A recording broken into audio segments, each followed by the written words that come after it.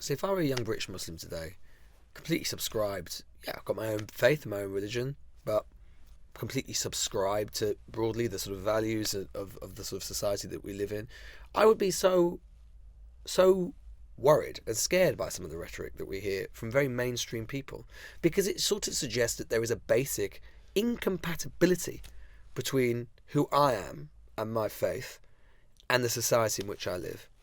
And I think that is problematic. And I think that, look, Suella Braverman, who, we asked to come on, by the way, she didn't want to, but she said she would be listening. So, hi, Suella. Suella Braverman is one person. But I think the very fact that, you can have a figure like this, make a speech like this, and yeah, it gets picked up and it gets covered. But half the time, actually, by most of the press, it gets covered glowingly and admiringly. It shows, I think, that there are almost no limits on the right at the moment to how far you can push some of this stuff. And John, I think your example is very apposite and right. I mean, imagine if Jeremy Corbyn had said something along the lines of, well, the problem is with our society is that there are too many Jews in control, and that means you can't say various things, or they're, going to replace us, or whatever it happened to be. The uproar that would engender, entirely correctly, entirely rightly. And by the way, I don't think he would say that, because I don't think he would believe those things. But, if he had done.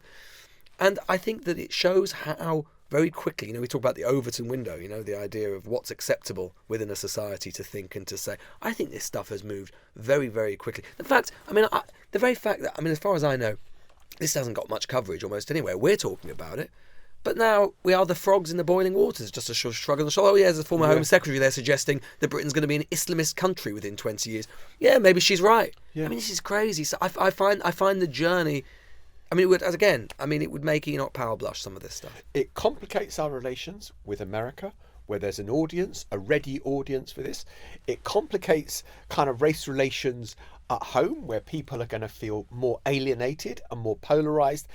It doesn't feel to me, and I say this as someone who grew up in the East End of London, where my parents were community workers, trying to work on integration issues after the Second World War, with the big influx of a Jewish population who'd fled Nazi Germany and all the rest of it and fled Europe. And of course integration is essential, but work towards solutions rather than building problems and stoking division, which this speech does.